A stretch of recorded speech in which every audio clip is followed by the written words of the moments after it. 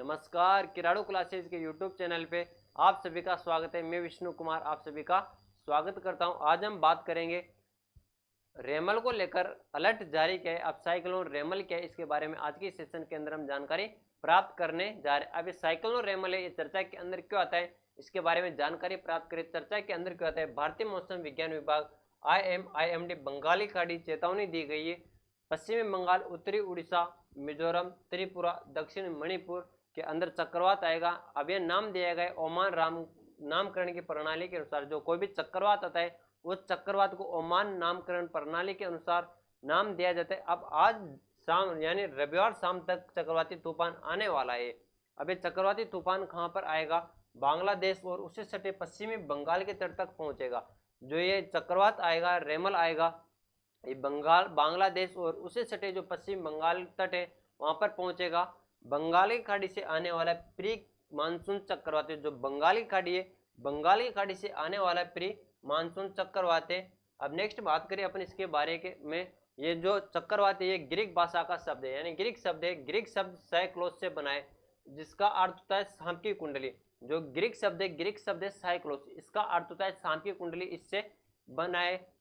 अब इसको देखें तो ये क्या है, एक प्राकृतिक सिस्टम है। जो चक्रवात है, चक्रवात एक प्राकृतिक सिस्टम है। अब ये प्राकृतिक सिस्टम है तो इसके अंदर क्या होता है, हवा अंदर की ओर रोटेट होती है। जो हवाएं होती है, हवाएं अंदर की ओर रोटेट होती है, अंदर की ओर घूमती रहती है। इसके अंदर इस प्रकार से हवाएं अंदर की ओर घूमती रहती है साहब। अब उच्च दाब वाले क्षेत्र से निम्न दाब वाले क्षेत्र तक ये चलता है। जहां पर उच्च दाब होता है, उच्च दाब से निम्न वायु दाब से वाले क्षेत्र तक ये चलता है। उत्तरी गोलार्ध के अंदर तो एंटी क्लॉकवाइज, जो उत्तरी गोलार्ध के अंदर तो एंटी क्लॉकवाइज चलता है। और दक्षिणी गोलार्ध के अंदर बात करें अपन तो दक्षिणी गोलार्ध के अंदर क्लॉकवाइज चलता है।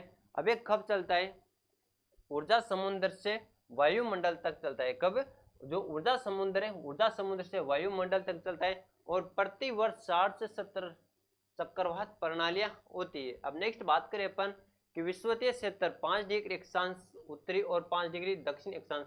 जो विषुवतीय क्षेत्र है 5 डिग्री उत्तरी अक्षांश और 5 डिग्री दक्षिण अक्षांश, इसके अंदर किसी भी प्रकार की कोई चक्रवात की घटना नहीं होती। क्यों नहीं होती, यहाँ पर कोरियोलिस बल मौजूद नहीं होता है। जो 5 डिग्री उत्तरी अक्षांश और 5 डिग्री दक्षिण अक्षांश होता है, यहाँ पर किसी भी प्रकार की चक्रवात की घटना देखने को नहीं मिलेगी। क्यों नहीं देखने को मिलेगी, यहाँ पर कोरियोलिस बल नहीं होता है और इसे शांत पेटी भी कहा जाता है। अब ये दो प्रकार से देखने को मिलेगा, एक उष्णकटिबंधीय चक्रवात कर्क रेखा और मकर रेखा के बीच। जो कर्क रेखा है और मकर रेखा इसके बीच देखने को मिलेगा। और इसके अतिरिक्त उष्णकटिबंधीय चक्रवात शीतोष्ण चक्रवात या मध्य अक्षांश चक्रवात के अंदर देखने को मिलेगा।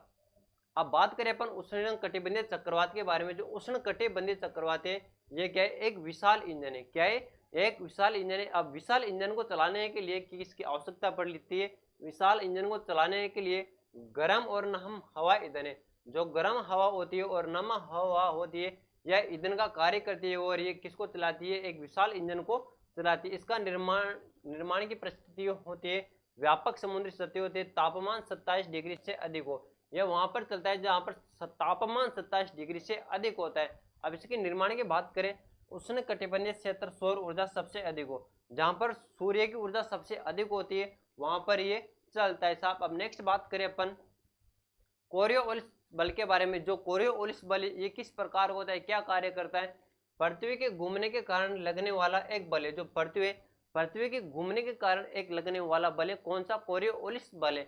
उत्तरी गोलार्ध में हवाओं का दाएं और दक्षिणी गोलार्ध में हवाएं बाएं ओर घूमती है। जो उत्तरी गोलार्ध के अंदर हवाएं बाएं ओर घूमती है और दक्षिणी गोलार्ध के अंदर बाएं ओर घूमती है। अब मोड़ने के लिए जिम्मेदार कोरियोलिस बल है। अब ये जो कोरियोलिस बल है इसे फेरल का नियम भी कहा जाता है। अरे क्या कहा जाता है, फेरल का नियम भी कहा जाता है। नेक्स्ट बात करें अपन चक्रवातों का नामकरण किस प्रकार से होता है। जो चक्रवात आते हैं चक्रवातों का नामकरण किस प्रकार से होता है और इनका किन प्रकार से नाम दिया जाता है। महासागरीय बेसिन में बनने वाले चक्रवातों का नाम के बारे में देखेंगे। जो महासागरीय होते हैं, महासागरीय बेसिनों में बनने वाले चक्रवातों के नाम किस प्रकार से दिए जाते हैं, तो क्षेत्रीय विशेष मौसम विज्ञान केंद्र के द्वारा नाम दिए जाते हैं। क्षेत्रीय विशेष मौसम विज्ञान केंद्र RSMCS इसके द्वारा नाम दिए जाते हैं। अब हिंद महासागर क्षेत्र 2004 से इसका निर्धारण किया गया था। क्षेत्र में मौजूद सभी देश इसके शामिल होते हैं और नामों की एक सूची दी जाती है। जो क्षेत्र इसके अंदर शामिल है वो सभी देश शामिल होते हैं और उन देशों के द्वारा नामों की एक सूची दी जाती है। अब नामों की एक सूची दी जाती है तो उसके भी कुछ शर्तें होती है, उनके बारे में भी देखें कि क्या क्या शर्तें होती है। पहले देखें, नामकरण सितंबर 2004 से शुरू होता है। जो भी कोई भी चक्रवात है उसका नामकरण 2004 से शुरू हुआ। अब जैसे बात करें अपन Bangladesh, Bharat, Maldives, Myanmar, Oman, Pakistan, Sri Lanka, Thailand द्वारा प्रस्तावित नाम शामिल है। जो बांग्लादेश है, भारत है, मालदीव है, म्यांमार, ओमान, पाकिस्तान, श्रीलंका और थाईलैंड द्वारा प्रस्तावित नाम इसके अंदर शामिल है। 2018 में 5 और देशों जैसे ईरान, कतर, सऊदी अरब, संयुक्त अरब अमीरात और यमन को शामिल किया गया। अब नियमों का पालन होना चाहिए। अब कौन कौन से ऐसे नियम बनाए गए जिसका पालन होना जरूरी है?